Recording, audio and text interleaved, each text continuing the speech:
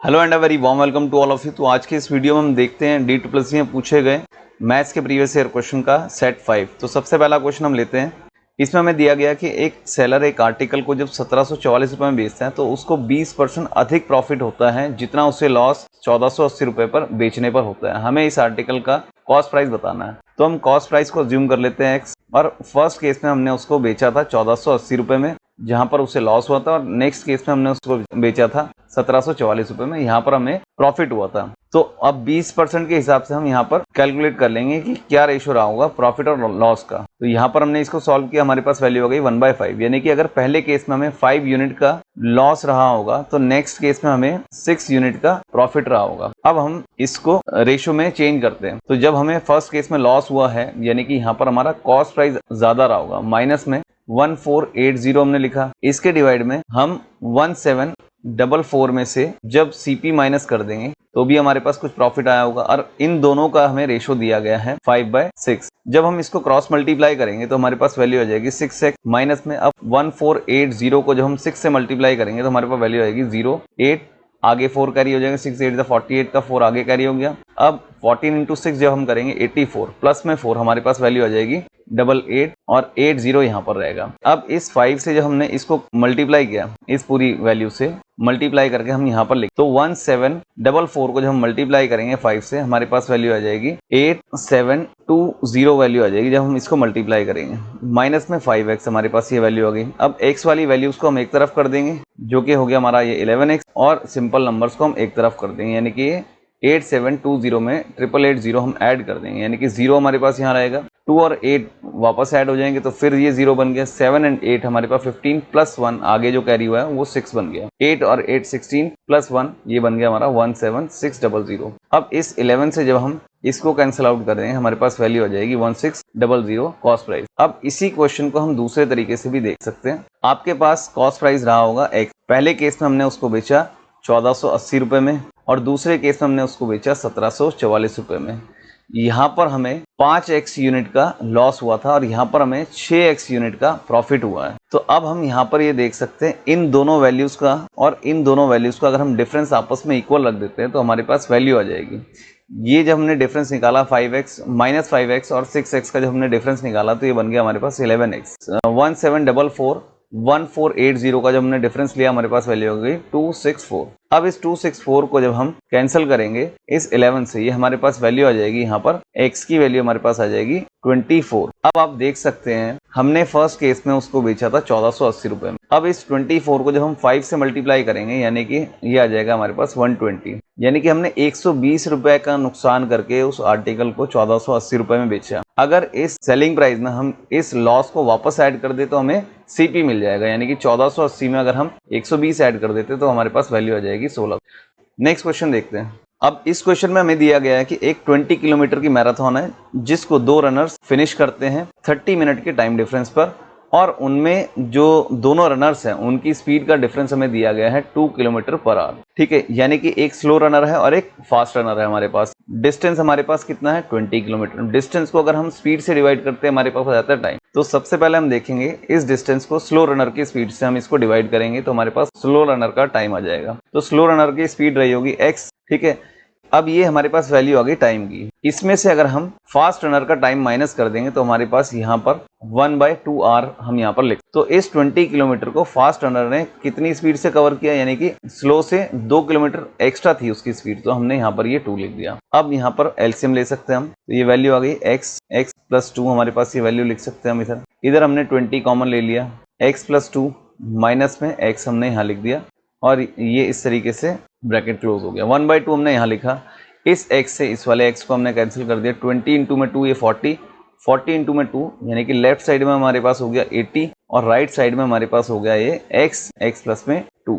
अब हमने इस क्वाड्रेटिक इक्वेशन को सॉल्व नहीं करना है, इस वाली क्वाड्रेटिक इक्वेशन को हमने सॉल्व नहीं करना है। हमने क्या करना है, जो हमारे पास नंबर आया है इसके हम फैक्टर्स बना लेंगे यहीं पर ही। तो ये अगर हम इसको 10 × में 8 लिखें तो x प्लस 2 की वैल्यू हमारे पास यहाँ से क्लियरली हमें मिल जाएगी, जिसमें x हमारा रहेगा 8 और x+2 की वैल्यू हमारी मिल जाएगी हमें 10। तो यहाँ पर स्लो रनर की स्पीड हो जाएगी 8 और फास्ट रनर की स्पीड हो जाएगी 10। तो इस क्वेश्चन का आंसर ऑप्शन बी है। अब हम देखते हैं इसी क्वेश्चन को दूसरे मेथड से। ठीक है, दूसरे मेथड में आपने क्या देखना है, स्पीड का डिफरेंस हम अगर देखें तो उससे टाइम का डिफरेंस क्रिएट हो रहा है।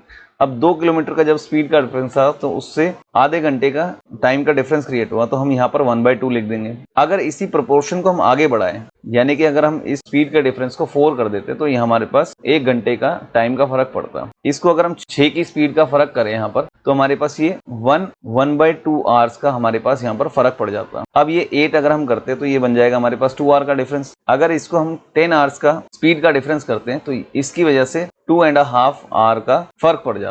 अब हम यहाँ पर अब रुक जाएंगे यहाँ पर, और हमने वो वाली वैल्यूज लेनी है जो डायगोनली मल्टीप्लाई होके हमें ये 20 किलोमीटर की मैराथन का हमें डिस्टेंस दे दें। यानी कि अगर हम इस 8 और इस 2.5 को मल्टीप्लाई करें और इस 10 और इस 2 को मल्टीप्लाई करें, तो यहाँ पर हमें दोनों केसेस में आप देख सकते हैं कि 20 हमें मिल रहा है। यानी कि इनमें से जो कम है, यानी कि ये हमारी हो गई स्लो रनर की स्पीड और ये हो गई हमारी फास्ट रनर की स्पीड। तो इस क्वेश्चन का सही जवाब ऑप्शन बी है। अब देखते हैं क्वेश्चन नंबर 3। तो क्वेश्चन नंबर 3 में हमें दिया गया है कि एक सिलेंडर का हमारे पास टोटल सरफेस एरिया दिया गया है 292 सेंटीमीटर स्क्वायर हमें दिया है, और उसका रेडियस हमें दिया है 14 सेंटीमीटर। हमें बताना उस सिलेंडर की हाइट क्या है। तो एक सिलेंडर हमें इस तरीके का दिखेगा अगर हम इसको ड्रॉ करके देखें तो यहाँ पर हमारे पास ये हो गया, इसका टॉप में एक सर्कल है और बॉटम में एक सर्कल है, और ये सारा ये राउंड वेज आप एक सर्कल देख सकते हैं, सर्कुलर सिलिंड्रिकल पार्ट देख सकते हैं। यानी कि हम क्या करेंगे यहाँ पर CSA में टॉप एंड बॉटम का एरिया ऐड कर देंगे।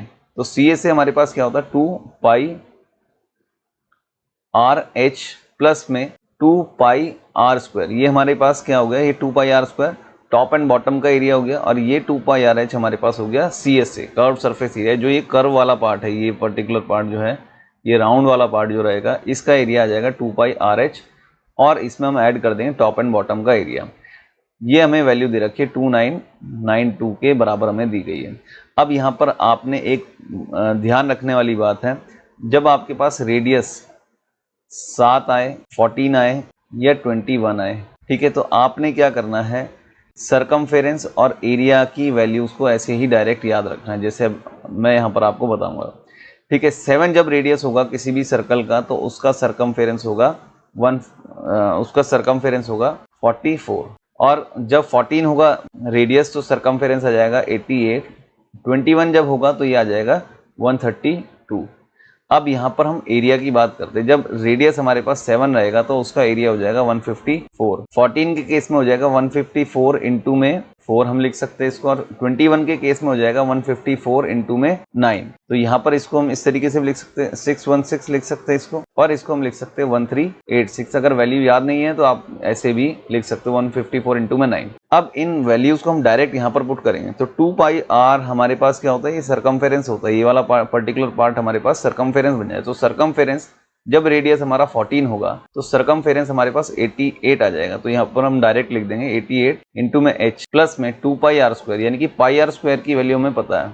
एरिया ऑफ सर्कल हमारे पास जब रेडियस 14 होगा तो एरिया हमारे पास आ जाएगा 616। तो 616 इंटू में 2 हमने किया यहाँ पर, ठीक है, ये वैल्यू हमारे पास आ गई 2992 के बराबर आ गई। तो ये हमारे पास वैल्यू आएगी 1232। ये 88H है हमारे पास, प्लस में 2992 ये वैल्यू हमारे पास राइट में यहाँ पर आएगी। अब इस 1232 को जब हम लेफ्ट साइड में लेकर जाएंगे तो ये माइनस हो जाएगा, 2992 में से ये माइनस हो जाएगा 1232। अब जब इसको माइनस करेंगे हमारे पास वैल्यू आ जाएगी 0, ये आ जाएगा हमारे पास 6, ये 7 और ये 1। तो 88H इक्वल टू 1760 हमारे पास ये वैल्यू आ गई। तो इससे हमने जब इसको कैंसिल आउट किया तो ये गया 20 पर। तो इस क्वेश्चन का सही जवाब ऑप्शन ए है। अब देखते हैं क्वेश्चन नंबर 4। इसमें हमें दिया गया है कि X, Y और Z एक काम को 240, 300 और 360 दिन में कर सकते हैं, और उस काम को शुरू करता है X, जिसको हर तीसरे दिन Y असिस्ट करता है और हर दूसरे दिन Z असिस्ट करता है। ठीक है, हमें बताना है कि वह काम कितने दिनों में पूरा हो जाएगा। तो सबसे पहले हम इन तीनों के काम के हिसाब से एक टोटल वर्क अज्यूम कर लेंगे। तो हम इन तीनों का एलसीएम ले लेंगे, 240 का, 300 का और 360 का। तो ये हमारे पास X है, ये Y है और ये हमारे पास Z है। इन तीनों का जब हम एलसीएम लेंगे हमारे पास वैल्यू हो जाएगी 3600। अब इस 3600 को जब ये X काम करेगा तो ये 15 की एफिशिएंसी से काम करेगा, ये हमारे पास आ जाएगा 12 और ये हमारे पास वैल्यू आ जाएगी 10। तो इन तीनों की एफिशिएंसी हमें मिल गई 15, 12 और 10। तो पहले दिन जो काम शुरू करेगा वो है X। तो फर्स्ट डे जिसने काम किया वो है x, उसने काम किया 15 यूनिट। अब सेकेंड डे की बात अगर हम करें तो सेकेंड डे x के साथ आएगा z, तो आप x की एफिशिएंसी के साथ z की एफिशिएंसी जब ऐड कर देंगे तो ये वैल्यू आ जाएगी हमारे पास 25। थर्ड डे पर क्या हुआ, x के साथ y आ गया, यानी कि ये x की वैल्यू हमारे पास 15 है, प्लस में 12 ये आ जाएगा हमारे पास 27। फोर्थ डे पर हम वापस इसको वापस रिपीट कर देंगे तो हमारे पास 25 आ गया।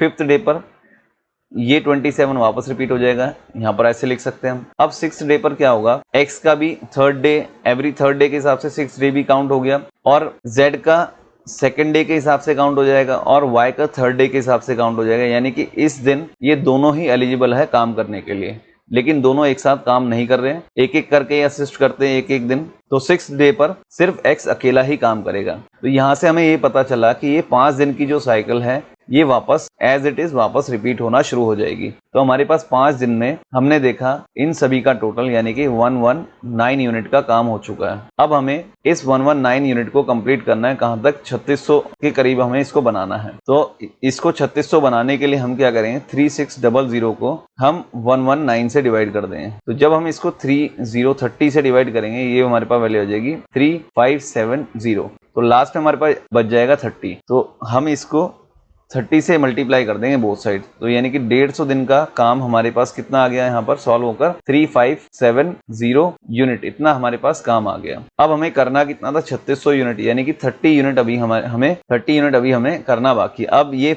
150 डेज के बाद वापस काम पर कौन आएगा, x फिर से आ जाएगा। अब x एक दिन में करता है सिर्फ 15 यूनिट, यानी कि एक दिन में x ने क्या करा, 15 यूनिट अपनी पूरी करी, और बाकी अब 151 दिन में हमारे पास टोटल कितना काम हो गया है, 151 दिन में हमारे पास टोटल कितना काम हो चुका है, 3585 काम हो चुका है, और हमारे पास लास्ट में अब बचा है 15 यूनिट का वर्क। अब इस 15 यूनिट के वर्क को सेकेंड डे पर x और z करने आएंगे, जिनकी एफिशिएंसी अब इस 15 यूनिट को, जो सबसे आखिरी बचा हुआ 15 यूनिट है, इसको करने x और z करने आएंगे, जिनकी एफिशिएंसी मिलाकर 25 है। अब जब हम इसको कैंसिल आउट करेंगे हमारे पास वैल्यू हो जाएगी 3/5। तो एक्चुअल में हमारे पास 151 प्लस में 3/5 डे, इतना टाइम हमारे पास लगेगा उस पूरे काम को खत्म करने के लिए। लेकिन ऑप्शन में हमारे पास 151 3/5 डेज नहीं है, हमारे पास ऑप्शन में 152 डेज है, इसलिए हम इसका सही जवाब ऑप्शन डी। ठीक है, नेक्स्ट क्वेश्चन देखते हैं। इसमें हमें दिया गया है कि x ये एक एक्सप्रेशन है और y एक एक्सप्रेशन है, हमें लास्ट में इसमें सॉल्व करके बताना है कि x प्लस y हमारा कितना आएगा। तो यहाँ पर हम सबसे पहले देखेंगे कि ये जो नंबर्स हमारे पास लिखे हैं एक पर्टिकुलर सीक्वेंस में लिखे हैं। आप देखेंगे इस 3 को हम लिख सकते हैं 1 into 3, यहाँ पर हम लिख सकते हैं 3 into में 5, यहाँ पर हम 5 into में 7 लिख सकते हैं, यहाँ पर 7 into में 9 लिखते हैं। और इसी तरीके से y वाले नंबर्स को हम यूज करेंगे। इसको हम लिखेंगे 1 into में 2, इसको लिख सकते हैं हम 2 into में 3, ये हमारा हो जाएगा 3 into में 4, और ये वैल्यू हमारे पास हो जाएगी 4 into में 5। अब जैसे कि हमारे पास x की वैल्यू दे रखी है, इन सभी वैल्यूज का हमें सम निकालना है। तो इनका सम निकालने के लिए हम क्या कर सकते हैं, जो हमारे पास ये सीरीज चल रही है 1 3 3 5 5 7, हमने देखा यहाँ पर 2 का गैप चल रहा है, तो 1 अपॉन में जो भी हमारे पास गैप है, यहाँ पर 2 हमारा गैप है, तो इसलिए मैंने 1 अपॉन में 2 रख दिया। ब्रैकेट के अंदर हम पहले तो सबसे पहली वैल्यू लिख लेंगे जो कि हमारे पास ये है 1, माइनस में 1 अपॉन में जो सबसे लास्ट वैल्यू जो कि हमारे पास 9 है। ठीक है, अब हम यहाँ से इसको सॉल्व कर लेंगे, ये वैल्यू आ जाएगी हमारे पास 9, तो ये सॉल्व होकर 8 ऊपर और 1 अपॉन में 2 नीचे। अब इस 2 से हमने इसको कैंसिल किया तो हमारे पास वैल्यू आ जाएगी 4/9, तो ये x सॉल्व होकर हमारे पास 4/9 बन गया। अब ऐसे ही हम y सॉल्व करेंगे, यहाँ पर आप देख सकते हैं सिर्फ 1 1 का गैप चल रहा है, यानी कि 1 अपॉन में 1 ही रहेगा। ये ब्रैकेट के अंदर फर्स्ट वैल्यू हमारे पास ये है 1 अपॉन में 1, माइनस में 1 अपॉन में लास्ट वैल्यू, तो यहाँ पर हमने लिखा 1 अपॉन में लास्ट वैल्यू, यहाँ लिख सकते हैं हम। अब जब हम इनका एलसीएम लेंगे तो हमारे पास वैल्यू आ जाएगी 4 अपॉन में 5। तो लास्ट में हमें क्या करना है, इस 4/9 और 4/5 को जब हम प्लस करेंगे, 4/9 प्लस में 4/5, हमारे पास ये सॉल्व होकर हो जाएगा 45, और ये हमारे पास वैल्यू हो जाएगी 56। ठीक है, तो इस क्वेश्चन का यहाँ पर 36 की जगह आप 56 लिखेंगे। ठीक है, तो इस क्वेश्चन का सही जवाब ऑप्शन ए है। अब देखते हैं क्वेश्चन नंबर 6। इस क्वेश्चन में हमें दिया गया कि कितने ऐसे नंबर्स हैं जो 32 से लेकर 33 तक 3 और 4 से तो डिविजिबल है लेकिन 5 से डिविजिबल नहीं है। तो इस क्वेश्चन को सॉल्व करने का सबसे आसान तरीका ये है कि हम पहले 3 और 4 से डिवाइड होने वाले नंबर कौन से हैं। सबसे पहला नंबर तो 12 है, तो हम इधर 3 3 3 लिख सकते हैं, इसको सबसे पहले हम 12 से डिवाइड करेंगे और 32 को हम 12 से डिवाइड करेंगे। तो ये जहां तक कंप्लीट वैल्यू पे कट जाए वहां तक हम इसको सॉल्व कर लेंगे, यानी कि हमने डेसिमल वैल्यू को नहीं लिखना है, जहां तक ये सॉल्व हो जाएगा वहां तक लिखेंगे। 12 दूनी 24, बचा हमारे पास कितना, 9 के पीछे 3, 12 सत्ते 84, यानी कि हमारे पास ये 27 यहाँ से वैल्यू सॉल्व होकर आई हमारे पास, यहाँ से वैल्यू जो सॉल्व होकर आई हमारे पास ये है 2। अब हम क्या करेंगे, इस 27 और 2 का हम डिफरेंस ले लेंगे, यानी कि हमारे पास 25 ऐसी वैल्यूज हैं जो 32 से लेकर 333 तक जो 3 और 4 दोनों से डिवाइड होती हैं। अब हमने इस 25 में से उन वैल्यूज को रिमूव करना है जो 5 से डिवाइड होती है, यानी कि हमारे पास 3 और 4 का जो एलसीएम आया था वो है 12। अब 12 और 5 का एलसीएम निकाल लेंगे हम। 12 और 5 का जब हम एलसीएम लेंगे तो हमारे पास वैल्यू आ जाएगी 60। अब सेम जैसे हमने इधर यूज किया था 12 से डिवाइड करके, सेम यही चीज हम 60 से ट्राई करेंगे। अब 333 डिवाइड बाय 60 माइनस में 32 डिवाइड बाय 60, देखिए ये हमारे पास जाएगा वैल्यू 5 पर, ठीक है। ये 5 तक कंप्लीटली कट गया, ये हमारे पास जब कटेगा तो ये 0 आएगा क्योंकि डेसिमल वैल्यू हम लेंगे नहीं। तो ये हमारे पास वैल्यू सॉल्व होकर आ गई 5। तो ये 5 नंबर्स ऐसे हैं जो 3 और 4 से तो डिवाइड होते हैं लेकिन ये 5 से भी डिवाइड होते हैं। तो हमने यही निकालना है इस क्वेश्चन में कि कितने ऐसे नंबर है जो 3 और 4 से दोनों से डिवाइड होते हैं लेकिन 5 से नहीं। तो यहाँ पर हम 25 में से इस 5 को माइनस कर देंगे तो हमारे पास आंसर आ जाएगा 20। इस क्वेश्चन का सही जवाब ऑप्शन डी है। अब देखते हैं क्वेश्चन नंबर 7। इस क्वेश्चन में हमें बताना है कि पहले 19 नेचुरल नंबर्स के एवरेज और पहले 6 ऑड पॉजिटिव नंबर्स का जो एवरेज है इनका हमें सम बताना है। तो इस क्वेश्चन में हम सबसे पहले हम सीक्वेंस लिखेंगे 1 2 3, ऐसे करते करते हम कहां पहुंच गए 19 तक, ठीक है। और जब भी कोई नंबर की सीरीज हमें एग्जैक्ट सीक्वेंस में दी गई हो और हमें उसका जब भी एवरेज निकालना होगा तो हम क्या कर सकते हैं, first value plus last value divide by 2। ये आप किसी भी सीक्वेंस में लगा सकते हैं जहां कहीं भी एग्जैक्ट सीक्वेंस चल रहा होगा या एग्जैक्ट डिफरेंस में नंबर्स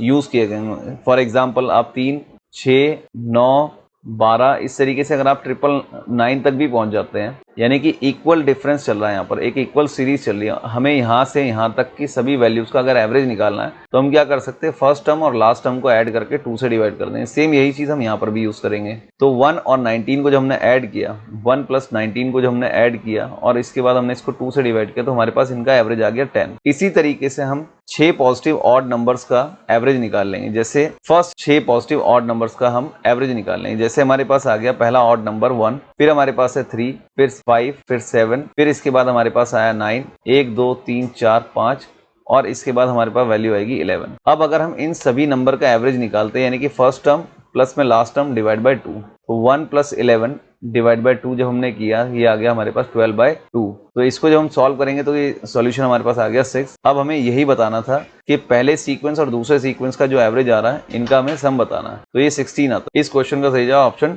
डी। अब देखते हैं क्वेश्चन नंबर 8। इसमें हमें दिया गया है कि एक कार 250 किलोमीटर ट्रेवल करती है 30 आवर्स में और वो 1/5 पार्ट अपनी जर्नी का 1/6 टाइम में कवर कर चुकी है। हमें बताना रिमेनिंग कितनी स्पीड से ट्रेवल करे ताकि वो टाइम पर पहुंच जाए। तो 250 का 1/5 पार्ट यानी कि 50 किलोमीटर उसने कितने टाइम में ट्रेवल कर लिया। 1/6 ऑफ दिस, 1/6 ऑफ 30 होता है 5 आवर, यानी कि 50 किलोमीटर उसने 5 आवर में ट्रेवल कर लिया है। अब हमारे पास रिमेनिंग कितना डिस्टेंस रह गया यहाँ पर, ये रह गया हमारे पास 200 और हमारे पास रिमेनिंग टाइम कितना रह गया यहाँ पर 25। इस डिस्टेंस को अगर आप टाइम से डिवाइड करते हो तो आपको स्पीड मिल जाएगी। तो ये हमारे पास 200 डिवाइड बाय 25 अगर हम सॉल्व करेंगे तो हमारे पास आ जाएगा स्पीड 8 किलोमीटर पर आवर। तो इस क्वेश्चन का सही जवाब ऑप्शन बी है। अब देखते हैं क्वेश्चन नंबर 9। इस क्वेश्चन में हमें दिया गया है कि एक सम 3 साल में 39,930 हो जाता है और 2 साल में 36,300 हो जाता है कंपाउंड इंटरेस्ट पर। तो हमें बताना है प्रिंसिपल क्या है, यानी कि वह सम क्या है। तो यहाँ पर हम इसको इस तरीके से भी लिख सकते हैं। पहले बेसिक तरीके से देखते हैं फिर हम इसको शॉर्ट तरीके से देखेंगे। तो बेसिक तरीके में आप इसको ऐसे लिख सकते हैं ए इक्वल टू, यानी कि ए की वैल्यू हमें पता ही है, अमाउंट हमारे पास 39930 है 3 साल में, यानी कि ये हमारे पास प्रिंसिपल आ जाएगा यहाँ पर 1 प्लस में आर हमें पता नहीं है डिवाइड बाय 100, इसकी पावर हमारे पास 3 है। अब सेम इक्वेशन हम यूज करेंगे with different number. Different amount हमारी क्या थी 3630,300। ये हमारे पास है प्रिंसिपल 1 प्लस में आर अपॉन में 100 की पावर, ये आ गया हमारे पास 2। अब हम क्या करेंगे, इन दोनों इक्वेशन को आपस में डिवाइड कर देंगे। तो ये हमारे पास फर्स्ट ये दोनों पी हमारे पास कैंसिल आउट हो गए, ये पूरी वैल्यू ये ऊपर से कैंसिल आउट हो गई। तो हमारे पास सिर्फ क्या बचेगा, राइट साइड में हमारे पास बचेगा 1 प्लस में आर अपॉन में 100 और लेफ्ट साइड में हमारे पास बचेगा 39,930 अपॉन में 36,300 हमारे पास ये बच जाएगा। अब ये 0 से 0 हम कैंसिल कर देंगे, इसको सॉल्व कर देंगे, यानी कि हमारे पास वैल्यू आ जाएगी 1331 और डिनोमिनेटर में हमारे पास वैल्यू आ जाएगी 1210। ठीक है, अब यहां से जो 1 है जब लेफ्ट साइड में जाएगा हमारे पास, यानी कि 1331 अपॉन में हमारे पास 1210 है, इसमें से जब ये 1 माइनस होगा तो ये वैल्यू हमारे पास आ जाएगी लास्ट में सॉल्व होकर, आर की वैल्यू हमारे पास आ जाएगी 10%। ठीक है, अब इसी क्वेश्चन को अगर हम दूसरे तरीके से देखें तो आप ऐसे देख सकते हो, जब भी कॉन्जिक्यूटिव ईयर्स का हमें अमाउंट की वैल्यू दी जाएगी, कॉन्जिक्यूटिव ईयर्स यानी कि जैसे 2 साल का हमें दिया गया है और 3 साल का हमें दिया गया है। 2 साल की अमाउंट हमें दी गई है 36,300 और 3 साल की अमाउंट हमें दी गई है 39,930। तो हम क्या करेंगे, जब भी कॉन्जिक्यूटिव ईयर्स का हमें अमाउंट दिया जाएगा तो हम इनका डिफरेंस ले लेंगे। हमारे पास डिफरेंस कितना आ जाएगा यहाँ पर, जब हम इस बड़ी वाली वैल्यू में से इस छोटी वाली वैल्यू को माइनस करेंगे तो हमारे पास आंसर आ जाएगा 39,930 में से हम माइनस करेंगे 36,300, यानी कि ये वैल्यू आ गई हमारे पास 036, ये आ गया हमारे पास 3, यानी कि 3630 हमारे पास ये इंटरेस्ट बना है 3630। और इसको अगर हम कैलकुलेट कर लें शुरुआती वाले पर कि ये इसका कितना परसेंट है, यानी कि 3630 अपॉन में 36,300, तो ये देखने में ही पता लग रहा है कि ये 10% आ जाएगा यहाँ से, यानी कि रेट परसेंट हम ऐसे भी निकाल सकते हैं डायरेक्ट। ठीक है, रेट परसेंट हमारे पास आ गया 10%। अब हमें बताना क्या है कि वो प्रिंसिपल क्या था। अब आप देख सकते हैं प्रिंसिपल क्योंकि ग्रो होता है सेम रेशियो में, यानी कि पहले साल में अगर 10 रुपये था तो 1 साल के बाद वो हो गया 11 रुपये और नेक्स्ट ईयर में फिर से वो 10 से 11, यानी कि सेम रेशियो में ग्रो हुआ होगा। तो इनको जब हम मल्टीप्लाई करेंगे 10 × 10 हमने किया, ये हमारे पास आ गया 100, 11 × 11 हमने किया, ये हमारे पास वैल्यू आ गई 1:1। अब 2 साल के बाद की हमें रेशो पता है 121 और 2 साल के बाद की हमें अमाउंट पता है 36,300। तो जब हम इसको इक्वल रखेंगे 36,300 के, तो यहाँ से हमें वैल्यू मिल जाएगी 300 आ जाएगा एक यूनिट की वैल्यू। अब इस 300 को जब हम इस 100 से मल्टीप्लाई करेंगे तो हमें यहाँ पर प्रिंसिपल अमाउंट मिल जाएगा जो कि हमारा होगा 30,000। तो इस क्वेश्चन का सही जवाब ऑप्शन डी है। अब देखते हैं क्वेश्चन नंबर 10। इसमें हमें दिया गया है कि एक क्यूबॉइड है हमारे पास, उसकी लेंथ, ब्रेथ और हाइट 12, 9 और 8 सेंटीमीटर है। हमें बताना है कि इसके अंदर लॉन्गेस्ट डायगोनल क्या रहेगा इसका। तो लॉन्गेस्ट डायगोनल जब भी हमें क्यूबॉइड का निकालना होगा तो हम क्या कर सकते हैं, √L² + B² + H² हम यहाँ पर सॉल्व कर देंगे तो हमारे पास वैल्यू हो जाएगी 144 प्लस में 81 प्लस में 64। जब हम इस पूरे वैल्यू को सॉल्व करेंगे तो ये हमारे पास आ जाएगा रूट में, इनको जब हम ऐड करेंगे तो 289 हमारे पास ये वैल्यू आ गई, तो √289 होता है 17। इस क्वेश्चन का सही जवाब ऑप्शन बी है।